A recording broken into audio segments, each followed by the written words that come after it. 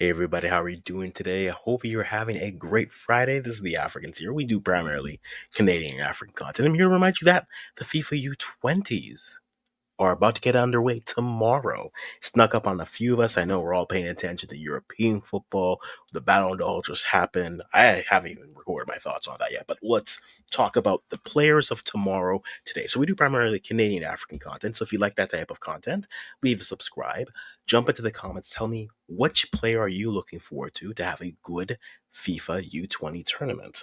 Now the U20s kick off what will be basically a long series of youth tournaments and U tournaments that are just going to be popping up from now till the end of the year and then culminating with AFCON, where we have the U20s here, the men's and women's U17s and their new formatting, U17s up to 24 teams, and then the U17s for men, the women up to 24 teams, but the men up to 48 teams in Morocco and Qatar, respectfully. Then you have the women's futsal competition. Then you have AFCON to end the year. Fun times we'll be having. Plus, you have World Cup qualifiers, club football going, friendlies for men's and women's. But we're here to talk about the FIFA U20 tournament starting tomorrow in Chile. 24 teams that are here, guys. Just going through some of the particulars. I'm going to highlight the African teams here, but show you what's going on with all the groups as well, guys. So let us know who you're rooting for and which players you think are about to be able to show out here on the world stage and maybe build the profile a little bit more. Group A, we have the hosts, Chile with New Zealand, Japan, and Egypt. Now, Egypt making it through within their qualifying, beating Ghana in the quarterfinals on penalties 2-2, and then in penalties. Then they fell in the semifinals and then are now going to AFCON. I'm sorry, are now going to the U20 World Cup. Now, what I love about Egypt is they showed solid defensively, and I think there's a lot of promise with the side. A few international players on this Egyptian side, international as in aren't based in Egypt. Egypt primarily has a Egyptian based side, but on the roster you have three players who aren't Egyptian based. You have Slim Talib, who is playing in Hertha Berlin. You have Mainz midfielder Tebo Gabriel, and then Omar Ketter, if I said that wrong, because I'm sorry, from Ashton Villa, who is going to be representing and playing there. They're based in Germany and England, respectfully. But to give you an idea for what they are doing, here is the roster. Again, goalkeepers are down here. You see them as well. I think they can be solidly defensively. The question with a side like Egypt, yes, they don't have the Salahs or the Marmouches. Can they get enough scoring here? I mean, they were solid defensively at the AFCON for U20s, but can they get enough goals? That is the thing. That is my question for them. Mohamed Sharif was able to get 2 goals against Ghana. So the question is, can they get players from any can they get goals from any of the other players? That's why I'm hoping can happen. Salim Talib over there. I'm hoping it's a big window for him that could really open things up. A lot of Egyptian-based players. So if you aren't familiar, jump in. If you are familiar with them, guys, let us know in the comments afterwards who you're rooting for, who you think could have a large tournament and really show out for their country here.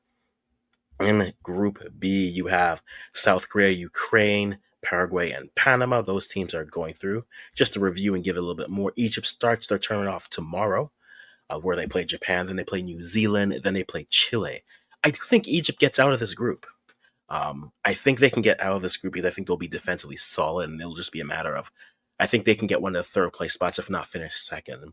Chile, the hosts are always, you're not quite sure, they either play with a lot of passion or they'll disappoint. But I think Egypt have enough here to make it through. So tomorrow, and then 3 days after, 27th, 3rd, and 30th, and then the 3rd, respectfully, is when Egypt plays. So mark your calendars for that. You have South Korea, Ukraine, Paraguay, and Panama in Group B.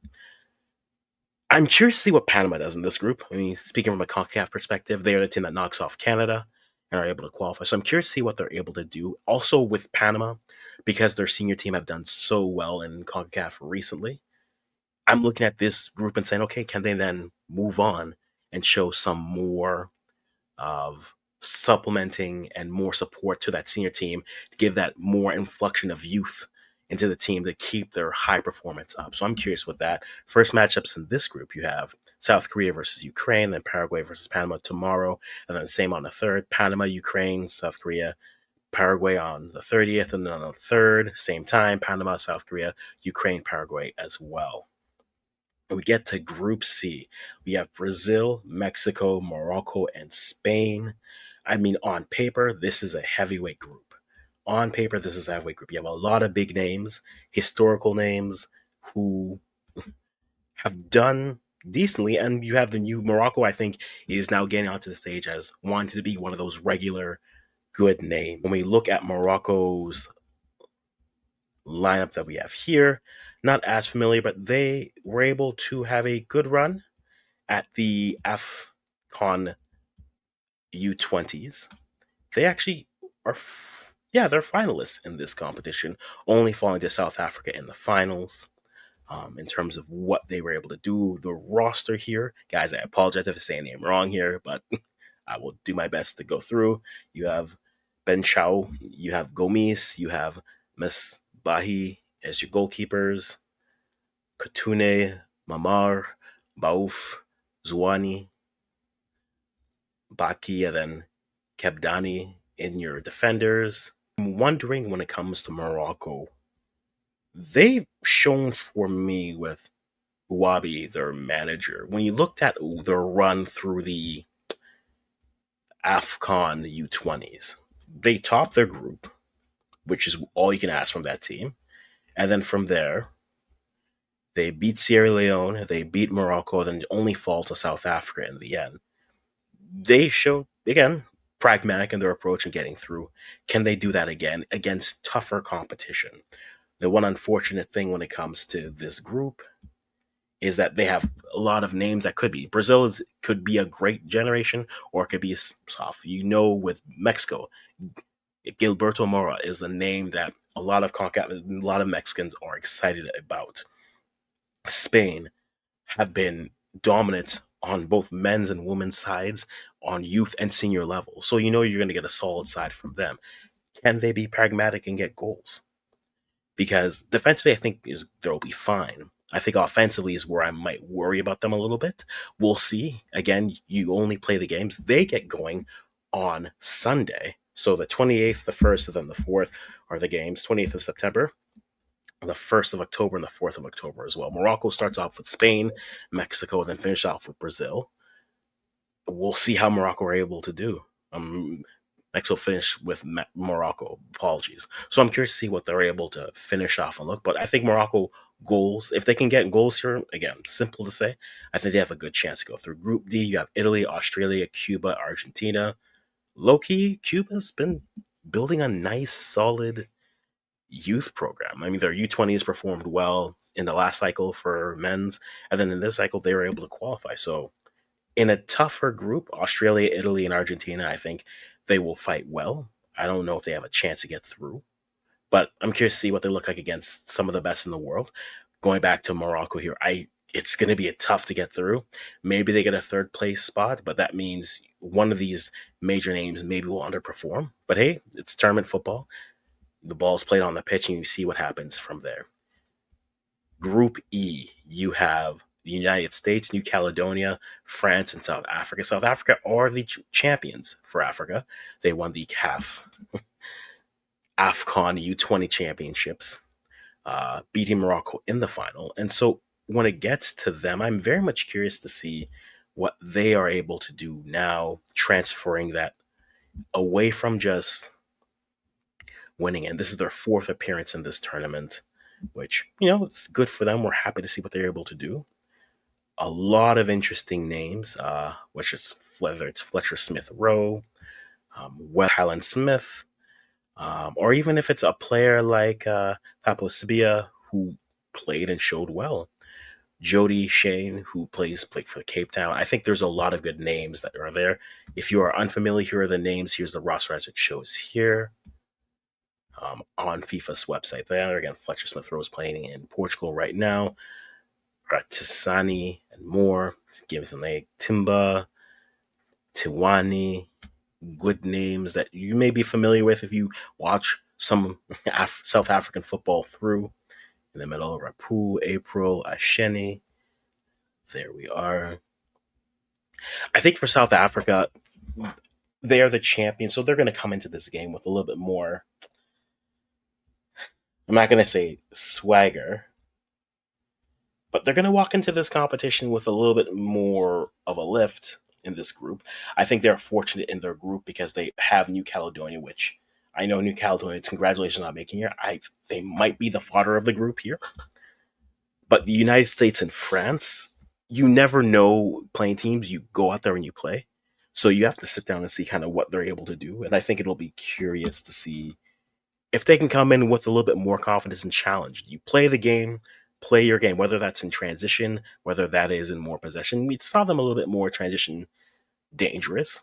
So maybe they give up that possession or are able to hit back. You're not going to have as many opportunities as you had against other sides, but it might be a little bit more open. The United States, I think, come in looking good. France have the storied history they're there. New Caledonia, happy to be there. For South Africa, they get going on the 29th of September. And then play on the 2nd and then the 5th. They start off with France. Then they get New Caledonia, which I think is a good lineup for them. They can get some goals, maybe some goal difference, unless New Caledonia turns out to be just the darlings of this tournament, which is possible. But if not, that second game gets you goal differential, then maybe you're able to go through. Maybe you look at the same, maybe get a draw, a win, and then maybe another draw or a loss coming through. 4 points, I think, gets you through not only in second, but in third. Then you have Group F. Colombia, Saudi Arabia, Norway, and Nigeria. Nigeria is the African representative here. And for me, I think simply put, they just need to look good. They just finished a couple friendlies prior to getting going. They drew Chile and then they beat Australian friendlies before getting going. Thanks, phone notifications going from there. So I think for them, Nigeria, I'm never going to worry about them in terms of goals. I think it's always going to be, can they defend well enough and not give up some of those opportunities that they gave? If you look at their route during World Cup, for their World Cup qualifying, right? They finished second in their group. They won one game. They didn't look convincing, is really what we're getting to. They beat Tunisia 1-0. They drew Morocco and then drew Kenya in their group, where they got a late penalty to win in the 73rd minute. Then they went on to defeat Senegal in penalties and fell to South Africa. So for Nigeria, I know there's goals in there, right? And when we look at this roster, Harcourt, Andy, goalkeepers, just name it through, giving you some more names. Okoro in defense, Aliu in defense as well, Daga, Kaladin, Achihi, more names for you to keep an eye on.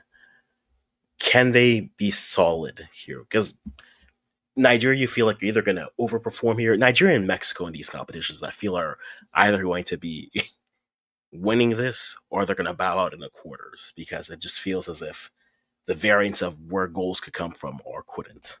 And so that's something I'm going to be curiously watching to see what they're able to do. Nigeria gets going on the 29th. So on Monday, they get it going where they play Norway and then they play Saudi Arabia and then they play Colombia. I think this group has the makings of an up and down game. I think of all the groups, this group might have all the goals in it just based off of the up and down.